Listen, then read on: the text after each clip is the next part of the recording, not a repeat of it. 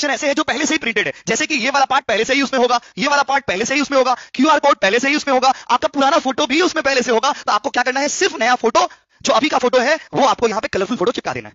ठीक है भाई, अब आते हैं नेक्स्ट पार्ट में। देखिए कहां पर क्या भरना है, देखते जाइए।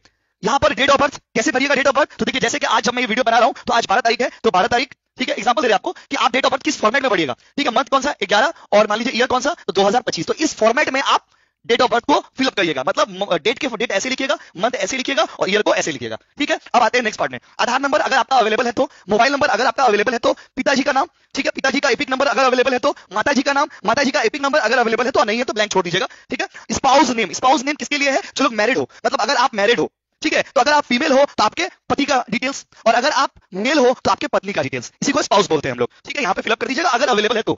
यहां तक तो ठीक है। अब इसके बाद लोग बहुत कंफ्यूज हो रहे हैं कि इसमें क्या करेंगे। देखिए यहां पर आपको अच्छे से समझाते हैं। अगर 2002 के वोटर लिस्ट में आपका खुद का नाम था, खुद का आपका नाम था 2002 के वोटर लिस्ट में, तो आपको सिर्फ ये वाला फिलअप करना है, ये वाला फिलअप करने का जरूरत नहीं। क्लियर, क्लियर है। अगर 2002 के वोटर लिस्ट में आपका नाम नहीं था तो उस केस में आप क्या करिएगा, उस केस में आप सिर्फ ये वाला फिलअप करिएगा, ये वाला फिलअप करने का जरूरत नहीं। ठीक है, समझ गए ना। अब आते हैं फिलअप क्या करना है, देख लीजिए। आपका नाम, एपिक नंबर, रिलेटिव का नाम, रिलेशनशिप, उनसे क्या रिश्ता है आपका, डिस्ट्रिक्ट, वो जो 2002 के वोटर लिस्ट में जो भी डिटेल्स था उसको देख के ये वाला फिलअप होगा।